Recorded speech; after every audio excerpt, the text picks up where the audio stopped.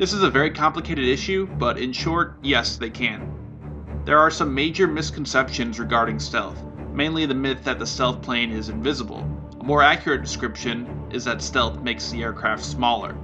When radar waves hit an object, they will reflect back in different directions depending on the object's shape.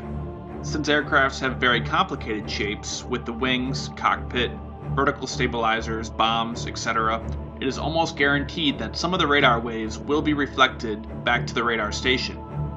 Stealth is a whole field of study dedicated to reducing the amount of radar waves that are reflected back to the radar receiver. This is accomplished in two main ways. First, the shaping of the aircraft to deflect the radar waves away, and the second is coating the aircraft with material that can absorb the radar waves.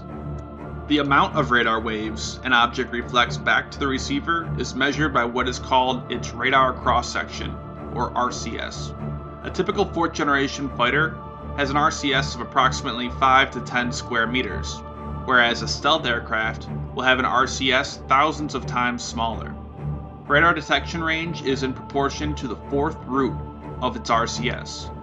So, for example, if a radar can detect a 10 square meter object from 100 miles away, then an object with an RCS of 1 square meter would not be detected until it is 56 miles away.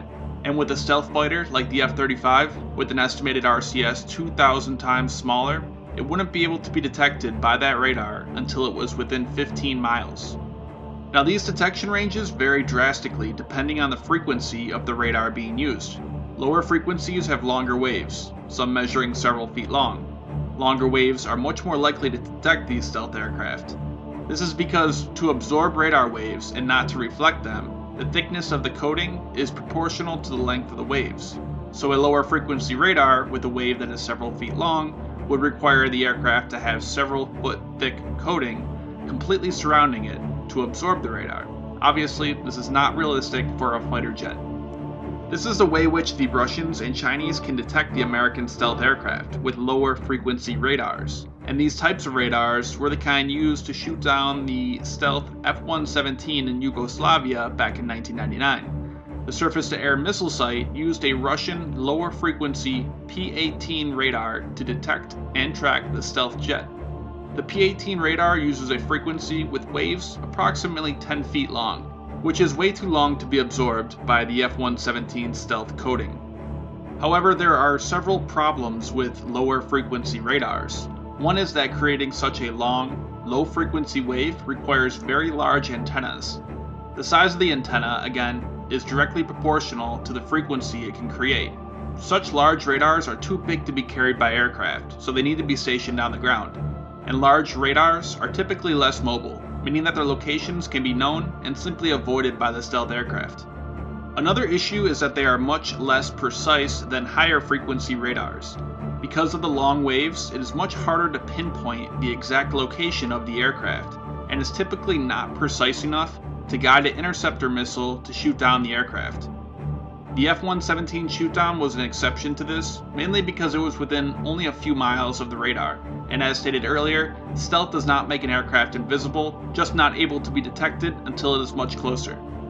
And finally, passive radar could be used, theoretically, to detect stealth aircraft.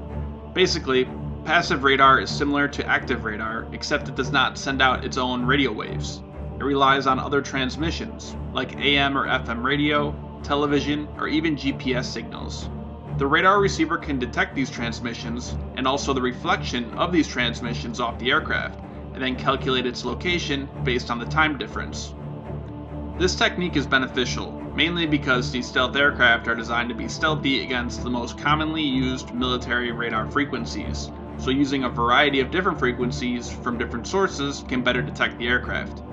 This technique, however, is very complicated, and typically requires more receivers to triangulate the aircraft's location. It also requires extremely sensitive receivers, as the transmissions and signals are typically much weaker than active radar.